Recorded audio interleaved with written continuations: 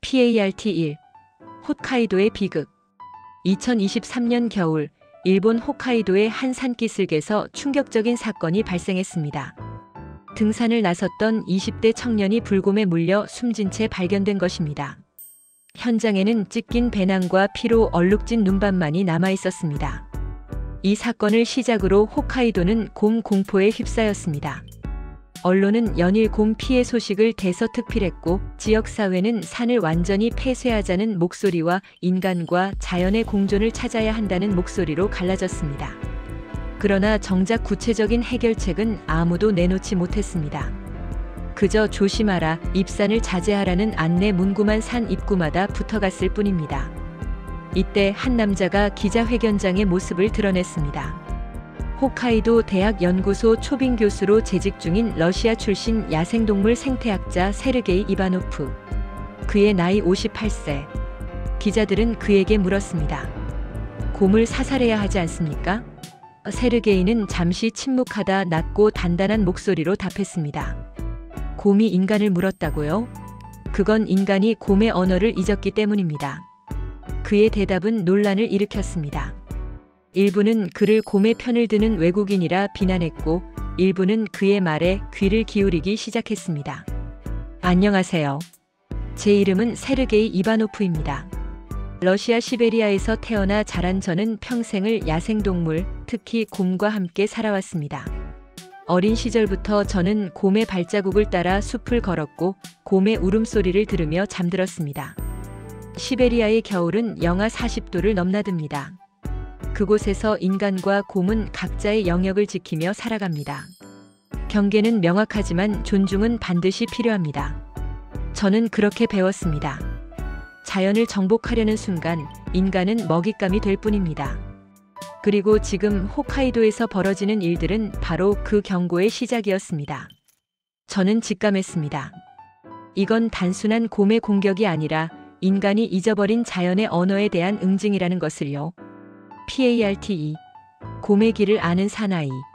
제가 곰을 처음 마주한 것은 7살 때였습니다. 할아버지를 따라 숲에 들어갔다가 새끼 곰과 눈이 마주쳤습니다. 귀여워 보였지만 할아버지는 제 손을 잡아채며 말씀하셨죠. 절대 가까이 가지 마라. 새끼가 있다는 건 어미가 근처에 있다는 뜻이다. 우리는 뒷걸음질쳐 천천히 물러났고 얼마 지나지 않아 거대한 불곰이 나타났습니다. 어미 곰은 우리를 노려보았지만 공격하지 않았습니다. 우리가 위협이 되지 않는다는 걸 알았기 때문입니다. 그날 저는 배웠습니다. 곰은 무작정 공격하지 않습니다. 인간이 먼저 경계를 넘을 때만 그들은 움직입니다. 군 복무 시절 저는 군 수의관으로 배치되었습니다. 전쟁터 인근의 야생지대에서 부상당한 동물들을 치료하는 일이었습니다. 어느 날 밤 초소 근처에서 총성이 들렸습니다. 달려가 보니 동료 병사가 곰과 대치하고 있었습니다. 그는 겁에 질려 총을 겨누고 있었고 곰은 으르렁거리며 다가오고 있었습니다. 저는 그에게 외쳤습니다. 총을 내려. 눈을 마주치지 마. 그리고 천천히 곰 앞으로 걸어갔습니다. 동료들은 제정신이 아니라고 생각했을 겁니다. 하지만 저는 알았습니다. 그 곰은 배고픈 게 아니라 길을 잃은 것뿐이라는 걸요. 저는 횃불을 천천히 흔들며 곰의 동선을 유도했습니다. 곰은 잠시 저를 바라보다 방향을 틀어 숲속으로 사라졌습니다. 그 경험은 제 인생의 전환점이 되었습니다. 전역 후 저는 야생동물 생태학을 전공했고 곰과 인간의 공존에 대한 연구를 시작했습니다. 20년 넘게 시베리아, 알래스카, 캐나다를 오가며 곰의 습성을 연구했습니다. 그리고 2022년 일본 정부로부터 연락을 받았습니다. 홋카이도의 곰 개체수가 급증하며 인명 피해가 늘고 있으니 대책 연구에 참여해달라는 요청이었습니다. 저는 흔쾌히 수락했습니다. 하지만 막상 홋카이도에 도착하니 현실은 예상보다 훨씬 심각했습니다. 곰은 이미 인간의 거주 지역까지 내려오고 있었고 사람들은 공포에 떨고 있었습니다. 더 큰 문제는 아무도 근본적인 원인을 찾으려 하지 않는다는 것이었습니다. 그저 곰을 죽이면 된다는 식의 단순한 해법만 난무했습니다. 저는 알았습니다. 이건 시간과의 싸움이라는 것을요. PART 3. 산의 경고. 홋카이도에 온 지 석 달쯤 되었을 때 마을 주민들로부터 연이어 피해 신고가 들어왔습니다. 양계장의 닭들이 한밤중에 몰살당했고 한 농가의 소가 목이 찢겨 죽은 채 발견되었습니다. 밤마다 창고에서 이상한 울음소리가 들린다는 제보도 있었습니다. 저는 현장을 직접 확인하러 갔습니다. 양계장 철망은 완전히 뜯겨 있었고 바닥에는 선명한 곰의 발자국이 찍혀 있었습니다. 하지만 이상한 점이 있었습니다. 곰은 닭을 거의 먹지 않았습니다. 그저 죽여놓기만 했을 뿐입니다. 이건 배고픔 때문이 아니었습니다. 학습된 행동이었습니다. 저는 마을 사람들에게 물었습니다. 음식물 쓰레기는 어떻게 처리하십니까? 한 노인이 대답했습니다. 그냥 산 입구에 버립니다. 예전부터 그래왔어요. 저는 한숨을 쉬었습니다. 바로 그것이었습니다. 인간이 먼저 곰에게 인간 거주지먹이가 있는 곳이라고 가르친 것입니다. 곰은 영리한 동물입니다. 한번 배운 것은 절대 잊지 않습니다. 그리고 그 학습은 다음 세대로 전해집니다. 이제 홋카이도의 곰들은 인간을 두려워하지 않습니다. 오히려 인간의 냄새를 먹이의 신호로 인식하기 시작한 것입니다. 저는 혼자 산 깊은 곳으로 들어갔습니다. 마을 사람들은 말렸지만 저는 직접 확인해야 했습니다. 곰의 발자국을 따라 3시간을 걸어 올라갔습니다. 숲은 고요했습니다. 너무 고요했습니다. 새소리도 바람 소리도 들리지 않았습니다. 그건 포식자가 근처에 있다는 신호였습니다. 저는 멈춰서서 주변을 살폈습니다. 그리고 발견했습니다. 나무 밑에 버려진 먹잇감의 흔적. 그런데 그 옆에 놓인 건 사람의 모자였습니다. 피로 얼룩진 모자. 저는 무릎을 꿇고 땅을 만졌습니다. 발자국의 깊이, 흙의 상태, 주변의 흔적들. 모든 것이 말해주고 있었습니다. 곰은 굶주리지 않았다.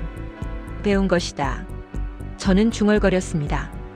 이 곰은 이미 인간을 사냥감으로 인식하기 시작했습니다. 그리고 그건 단 한 마리의 문제가 아니었습니다. 이 지역의 곰들이 집단적으로 학습하고 있다는 증거들이 곳곳에 보였습니다. 저는 급히 산을 내려와 지방정부에 보고서를 제출했습니다. 즉각적인 대책이 필요합니다. 곰 개체수 관리, 쓰레기 처리 시스템 개선, 전문 헌터 양성, 주민 교육. 하지만 돌아온 답은 실망스러웠습니다. 예산이 없습니다. 일단 입산 금지 표지판이나 더 설치하겠습니다. 저는 그날 밤 잠을 이룰 수 없었습니다. 이대로라면 더 큰 비극이 올 것이 분명했습니다. PART4. 국가의 무관심. 도청 회의실. 저는 관계자들 앞에서 다시 한번 설명했습니다. 곰은 이미 인간의 패턴을 학습했습니다. 지금 조치를 취하지 않으면 피해는 기하급수적으로 늘어날 것입니다. 한 공무원이 반문했습니다. 그래서 곰을 다 죽이자는 겁니까? 저는 고개를 저었습니다. 그게 아닙니다. 문제가 되는 개체만 선별적으로 관리하고 근본적으로는 인간의 행동을 바꿔야 합니다. 쓰레기 관리, 농작물 보호 펜스, 곰 이동 경로 확보. 다른 공무원이 끼어들었습니다. 그런 건 다 돈입니다. 지금 우리 예산으로는 불가능합니다. 저는 한 가지 제안을 했습니다. 헌터를 다시 국가 직업으로 만들어야 합니다. 지금 홋카이도의 수렵인 평균 연령이 65세가 넘습니다. 젊은 헌터를 양성하고 이들에게 정당한 보수를 지급해야 합니다. 곰 관리는 공공의 안전 문제입니다. 그러자 환경 관련 부서 사람이 반발했습니다. 그건 동물 학대를 조장하는 겁니다. 우리는 공존을 추구해야 합니다. 저는 답답함을 느꼈습니다. 저도 공존을 말하고 있습니다. 하지만 공존은 무조건적인 방치가 아닙니다. 경계와 관리가 있어야 진정한 공존이 가능합니다. 회의는 결론 없이 끝났습니다. 지자체는 책임을 도청으로, 도청은 중앙정부로 밀었습니다. 헌터 연합회를 찾아갔지만 상황은 마찬가지였습니다. 우리도 나이가 들었습니다. 젊은 사람들은 이 일을 하려고 하지 않아요. 위험하고 돈도 안 되니까요. 70대 노헌터는 한숨을 쉬며 말했습니다. 예전엔 우리도 자부심이 있었습니다. 마을을 지킨다는 사명감이요. 하지만 지금은 동물보호단체에서 우릴 살인자 취급합니다. 저는 그의 손을 잡았습니다. 당신들은 영웅입니다. 누가 뭐라 해도 그렇습니다. 그날 밤 제 연구실로 돌아왔을 때 충격적인 장면을 목격했습니다. 연구실 문에 붉은 스프레이로 낙서가 되어 있었습니다. 돌아가라 러시아 곰 동물 학대자, 곰을 죽이는 살인마. 저는 문을 닦으며 씁쓸하게 웃었습니다. 아이러니했습니다. 저는 평생 곰을 보호하기 위해 살아왔는데 이제는 곰을 죽이려는 사람으로 낙인 찍혔습니다. 하지만 저는 알고 있었습니다. 진정으로 곰을 보호하는 길은 때로는 어려운 결정을 내리는 것이라는 걸요. 방치는 보호가 아닙니다. 그건 무책임일 뿐입니다. 저는 창밖을 바라보며 생각했습니다. 시간이 얼마 남지 않았다. 그리고 그 예감은 정확했습니다. PARTO. 산의 부름. 그날은 유난히 비가 많이 내리는 밤이었습니다. 저는 연구실에서 데이터를 정리하고 있었습니다. 최근 3년간의 곰 출몰 패턴, 인명피해 통계, 기후변화와의 상관관계. 그래프는 명확한 상승 곡선을 그리고 있었습니다. 바로 그때 경찰 무전 소리가 들렸습니다. 옆 건물에 있던 경찰서에서 흘러나온 소리였습니다. 산기슭에서 초등학생 실종. 반복합니다. 10살 남자아이, 오후 5시 이후 연락 두절. 저는 즉시 연구실을 박차고 나갔습니다. 경찰서로 달려가 상황을 파악했습니다. 학원에서 집으로 가던 아이가 지름길로 산기슭을 통과하다가 실종되었다는 것입니다. 마지막 목격 시간은 오후 5시 30분. 이미 3시간이 지난 상태였습니다. 수색대가 조직되고 있었지만 비 때문에 시야 확보가 어려웠습니다. 저는 경찰 책임자에게 말했습니다. 제가 가겠습니다. 저는 야간 산행에 익숙합니다. 경찰은 난색을 표했습니다. 위험합니다. 곰이 출몰하는 시간대입니다. 저는 단호하게 말했습니다. 그래서 제가 가야 합니다. 장비를 챙겼습니다. 헤드랜턴, 신호탄, 곰 회피음 발생기, 그리고 마지막 수단으로 마취총. 저는 총으로 곰을 죽이고 싶지 않았습니다. 하지만 아이의 생명이 달린 문제였습니다. 산으로 들어가는 길목에서 잠시 멈춰 섰습니다. 빗소리만 가득한 어둠. 저는 눈을 감고 숲의 소리에 집중했습니다. 빗소리 너머로 들려오는 미세한 흔적들. 부러진 나뭇가지 소리, 흙이 무너지는 소리, 그리고 동물의 숨소리. 산으로 들어가자 곧바로 징후들이 보이기 시작했습니다. 갓 부러진 나뭇가지, 땅에 찍힌 신발 자국, 그리고 그 위를 덮은 큰 발자국. 곰의 발자국이었습니다. 저는 헤드랜턴을 비추며 조심스럽게 앞으로 나아갔습니다. 발자국은 아이가 간 방향과 정확히 일치했습니다. 곰이 아이를 추적하고 있다. 저는 속도를 높였습니다. 하지만 조급해서는 안 됐습니다. 이런 상황에서 실수는 곧 죽음을 의미합니다. 30분쯤 걸었을 때 나무에 긁힌 자국을 발견했습니다. 곰이 발톱으로 나무 껍질을 벗긴 흔적이었습니다. 높이를 보아 최소 2m 이상의 대형 개체였습니다. 그리고 그 흔적은 신선했습니다. 1시간도 되지 않은 것 같았습니다. 저는 코를 킁킁거렸습니다. 시베리아에서 배운 기술이었습니다. 곰의 냄새. 독특한 짐승 냄새가 바람을 타고 흘러왔습니다. 그리고 그 냄새 속에 섞인 또 다른 냄새. 인간의 땀 냄새. 아이의 냄새였습니다. 저는 곰 회피음 발생기를 준비했습니다. 이건 제가 직접 개발한 장치였습니다. 곰이 본능적으로 피하는 주파수의 소리를 발생시키는 기계입니다. 하지만 문제가 있었습니다. 만약 곰이 새끼를 동반하고 있다면 이 소리는 오히려 곰을 자극할 수 있습니다. 어미 곰은 새끼를 보호하기 위해 모든 것을 공격합니다. 저는 신중하게 주변을 살폈습니다. 그리고 발견했습니다. 작은 발자국. 새끼 곰의 발자국이었습니다. 이런. 저는 중얼거렸습니다. 최악의 상황이었습니다. 어미 곰과 새끼 그리고 실종된 아이. 이 세 가지 요소가 만나면 비극은 피할 수 없습니다. 하지만 저는 멈출 수 없었습니다. 어딘가에 겁에 질린 10살 아이가 있습니다. 저는 마취총을 장전하고 더 깊은 산속으로 들어갔습니다. 비는 더 거세게 내렸고 어둠은 더 짙어졌습니다. 그리고 바로 그때 저 앞에서 흐느끼는 소리가 들렸습니다. 아이의 울음소리였습니다. PART6. 눈 속의 결전. 헤드랜턴을 비추자 나무 밑에 웅크리고 있는 작은 몸이 보였습니다. 아이였습니다. 온몸이 젖은 채 벌벌 떨고 있었습니다. 괜찮아, 내가 왔어. 저는 부드럽게 말했습니다. 아이는 저를 올려다보며 울먹였습니다. 아저씨, 무서워요. 곰이. 저는 아이의 어깨에 손을 얹었습니다. 알아. 하지만 이제 안전해. 아저씨가 지켜줄게. 아이의 신발 한 짝이 없었습니다. 저는 주변을 살폈습니다. 그리고 10m쯤 떨어진 곳에서 그 신발을 발견했습니다. 하지만 신발 옆에는 다른 것도 있었습니다. 곰의 배설물. 그것도 아주 신선한. 곰이 근처에 있다. 저는 재빨리 아이를 업었습니다. 소리 내지 말고 꼭 붙잡아. 아이는 고개를 끄덕였습니다. 바로 그때였습니다. 어둠 속에서 낮게 으르렁거리는 소리가 들려왔습니다. 저는 천천히 고개를 돌렸습니다. 20m 전방. 두 개의 눈이 헤드랜턴 불빛에 반사되어 빛나고 있었습니다. 곰이었습니다. 거대한 불곰. 덩치로 보아 최소 300kg은 되어 보였습니다. 그리고 그 옆에 작은 그림자 두 개. 새끼 곰들이었습니다. 어미곰이다. 저는 침착하게 상황을 판단했습니다. 어미곰은 새끼를 보호하기 위해 이 지역을 자신의 영역으로 삼았습니다. 그리고 우리는 지금 그 영역 한가운데 있습니다. 어미곰은 한 걸음씩 다가왔습니다. 저는 아이를 등 뒤로 감추며 천천히 뒷걸음질 쳤습니다. 하지만 뒤는 절벽이었습니다.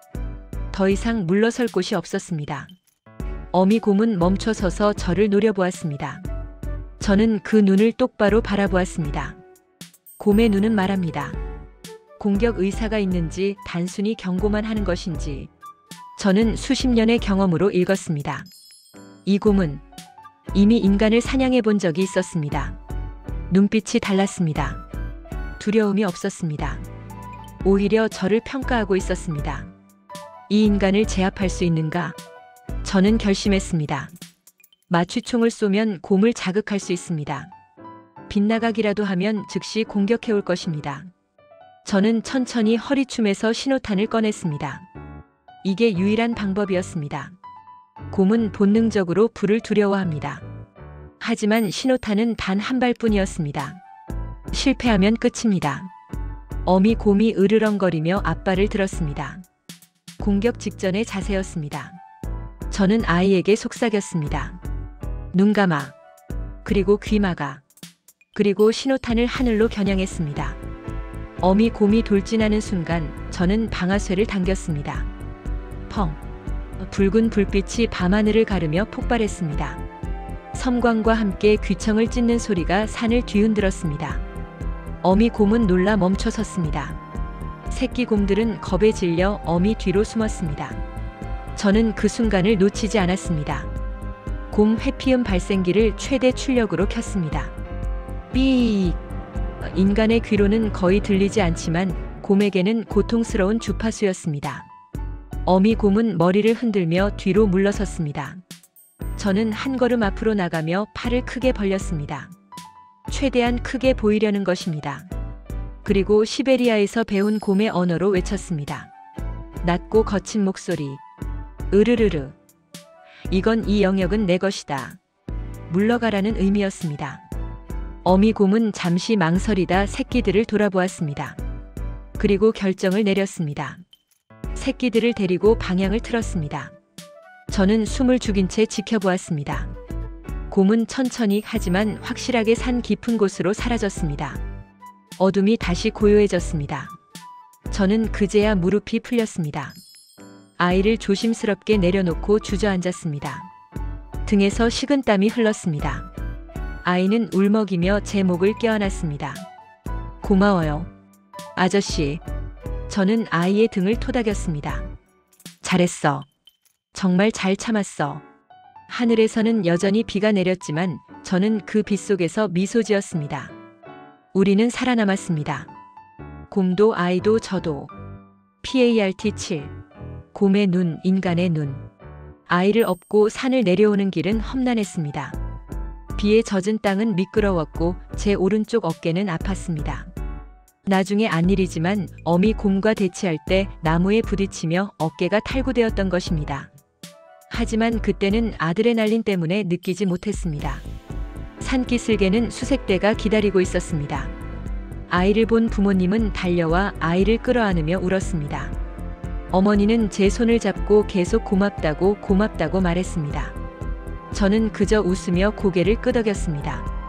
병원으로 옮겨진 저는 어깨 치료를 받았습니다.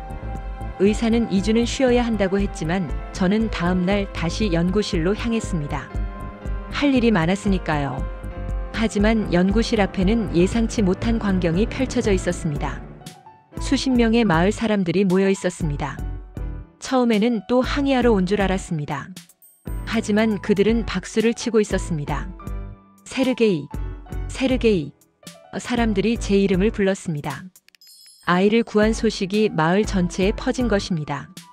마을 이장님이 앞으로 나왔습니다. 세르게이 선생님, 우리가 잘못 생각했습니다. 선생님은 곰의 편이 아니라 우리 모두를 위해 일하고 계셨던 거군요.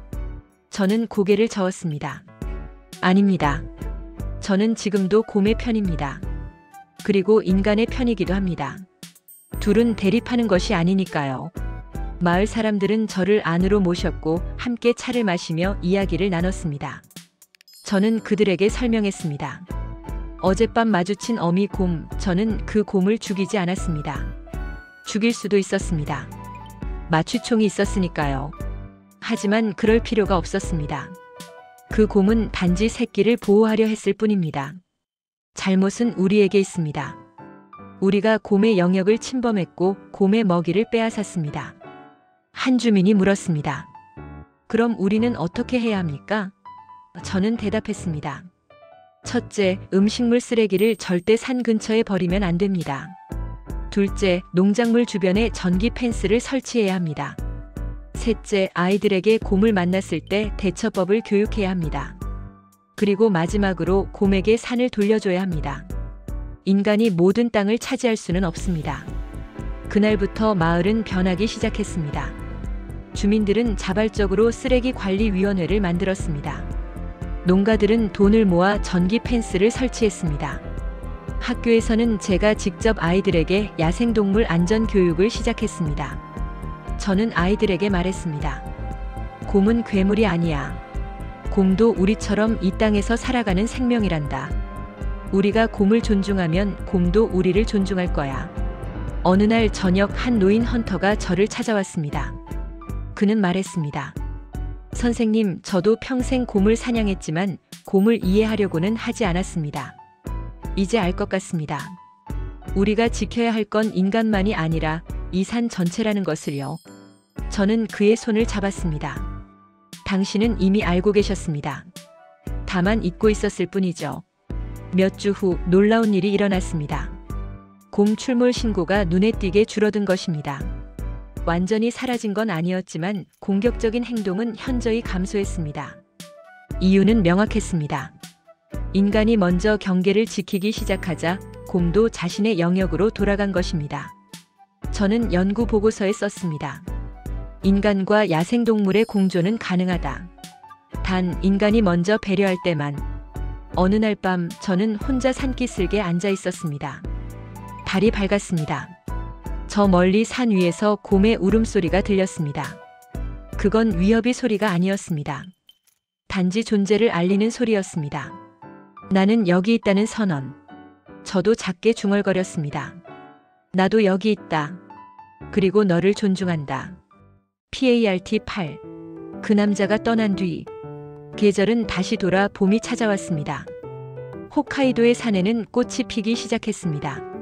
저는 새로운 연구 프로젝트를 준비하고 있었습니다. 곰의 이동 경로를 GPS로 추적하여 인간 거주지와의 안전 거리를 설정하는 프로젝트였습니다.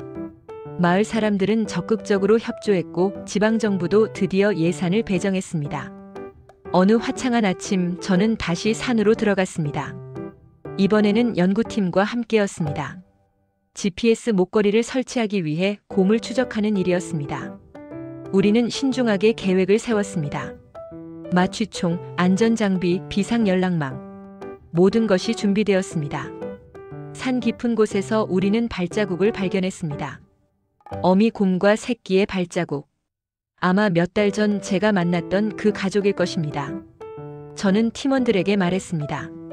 조심해. 새끼가 있으면 어미는 매우 예민하다. 우리는 바람의 방향을 확인하며 천천히 접근했습니다. 그때였습니다. 갑자기 땅이 흔들렸습니다. 지진이었습니다. 홋카이도는 지진이 잦은 지역이지만 이번 건 강도가 셌습니다. 나무들이 흔들리고 돌이 굴러떨어졌습니다. 모두 엎드려. 저는 소리쳤습니다. 팀원들은 재빨리 몸을 숨겼습니다. 지진은 약 30초간 계속되었습니다. 그리고 멈췄을 때 우리는 끔찍한 광경을 목격했습니다. 앞쪽 능선이 무너져 내린 것입니다. 산사태였습니다. 저는 재빨리 주변을 확인했습니다. 다행히 팀원들은 모두 무사했습니다. 하지만 문제가 있었습니다. 우리가 온 길이 완전히 막혀버린 것입니다. 다른 길을 찾아야 합니다. 저는 지도를 펼쳤습니다. 우회로가 있었지만 시간이 오래 걸렸습니다. 그리고 그 길은 곰의 주요 서식지를 통과했습니다. 하지만 선택의 여지가 없었습니다. 우리는 조심스럽게 이동하기 시작했습니다. 해가 지기 시작했습니다. 산속의 밤은 빠르게 찾아왔습니다. 저는 팀원들에게 말했습니다. 오늘 밤은 여기서 야영해야 할 것 같습니다. 어둠 속에서 움직이는 건 너무 위험합니다. 우리는 안전한 곳을 찾아 임시 캠프를 만들었습니다. 불을 피우고 교대로 보초를 서기로 했습니다. 한밤중 제 차례가 왔을 때였습니다. 저는 모닥불 앞에 앉아 어둠을 바라보았습니다. 그리고 느꼈습니다. 누군가 저를 보고 있다는 걸. 천천히 고개를 돌렸습니다. 저 멀리 나무 그림자 사이로 두 개의 눈이 빛나고 있었습니다. 곰이었습니다. 저는 천천히 일어났습니다. 팀원들을 깨우지 않았습니다. 괜히 소란을 피우면 곰을 자극할 수 있었습니다. 저는 곰을 똑바로 바라보았습니다. 곰도 저를 바라보았습니다. 그 눈빛에는 적대감이 없었습니다. 단지 호기심? 아니면 인정? 잘 모르겠습니다. 하지만 그 순간 저는 느꼈습니다. 이 곰이 저를 기억하고 있다는 것을. 우리는 얼마나 그렇게 서로를 바라보았을까요? 아마 몇 분이었을 겁니다. 하지만 영원처럼 느껴졌습니다. 그리고 곰은 천천히 몸을 돌려 어둠 속으로 사라졌습니다. 저는 그 자리에 한참을 서 있었습니다. 그리고 미소 지었습니다. 잘 가라, 친구. 내 산에서 평화롭게 살기를. 다음 날 아침 우리는 무사히 산을 내려왔습니다. 구조대가 우리를 기다리고 있었습니다. 마을 사람들은 안도의 한숨을 쉬었습니다. 그날 저녁 저는 연구실에서 마지막 보고서를 작성했습니다. 곰과 인간의 공존 프로젝트 마이너스 홋카이도 사례 연구. 이 보고서는 나중에 일본 전역의 야생동물 관리 정책에 영향을 미치게 됩니다. 몇 달 후 저는 다음 연구를 위해 홋카이도를 떠나기로 했습니다. 캐나다에서 저를 필요로 하는 프로젝트가 있었습니다. 떠나는 날 마을 사람들이 전송을 나왔습니다. 아이들은 제가 그려준 곰 그림을 들고 있었고 어른들은 손을 흔들었습니다. 선생님, 꼭 다시 오세요. 한 아이가 소리쳤습니다. 저는 웃으며 대답했습니다. 물론이지. 이곳은 이제 내 두 번째 고향이니까. 그리고 속으로 중얼거렸습니다. 아니, 어쩌면 곰의 고향이 내 고향인지도 모르지. 신문 기사 출발 후 6개월. 러시아 출신 생태학자 세르게이 이바노프 박사, 캐나다 로키 산맥 야생동물 조사 중 실종. 현지 수색대 투입되었으나 발견되지 않음. 동료 연구자들은 그는 마지막까지 자신이 사랑한 자연 속에 머물기를 원했을 것이라고 추모. 그의 연구실에는 한 장의 노트가 남아 있었습니다. 마지막 페이지에 쓰인 글. 곰의 눈에는 두려움과 존경이 함께 있었다. 인간도 마찬가지여야 한다. 자연을 두려워하되 존경해야 한다. 인간이 그 균형을 잃으면 사는 인간을 거부한다. 나는 평생 그 균형을 찾아 살았다. 그리고 이제 알 것 같다. 진정한 공존은 서로의 영역을 인정하는 것이다. 곰에게 산을, 인간에게 마을을. 그 경계를 지키는 것이 사랑이다. 홋카이도 마을에는 작은 동상이 세워졌습니다. 곰과 마주보고 서 있는 한 남자의 동상. 그 아래 명판에는 이렇게 쓰여 있습니다. 세르게이 이바노프 1965-2023. 그는 곰과 인간 사이의 다리가 되었다. 그의 용기와 지혜를 기억하며 그리고 해마다 봄이 오면 마을 사람들은 그 동상 앞에 꽃을 놓습니다. 산에서는 여전히 곰의 울음소리가 들립니다. 하지만 이제 사람들은 두려워하지 않습니다. 그들은 알고 있습니다. 그 울음소리는 위협이 아니라 함께 살아가자는 인사라는 것을. 한국에서 이 소식을 접한 한 노시청자는 신문을 내려놓으며 말했습니다. 저 사람, 진짜 사나이였어. 요즘 세상에 저런 배짱 가진 사람이 어디 있나. 자기 목숨 걸고 남의 나라 아이를 구하고 끝까지 자기 신념을 지켰잖아. 저게 진짜 남자지. 저게 진짜 인생이야. 그렇습니다. 세르게이 이바노프. 그는 국적을 떠나 종을 떠나 모든 생명을 존중한 진정한 용기의 사나이였습니다. 그의 이야기는 끝났지만 그가 남긴 교훈은 여전히 살아있습니다. 자연을 정복하려 하지 마라. 자연과 함께 살아가라. 이것이 그가 우리에게 남긴 마지막 메시지입니다.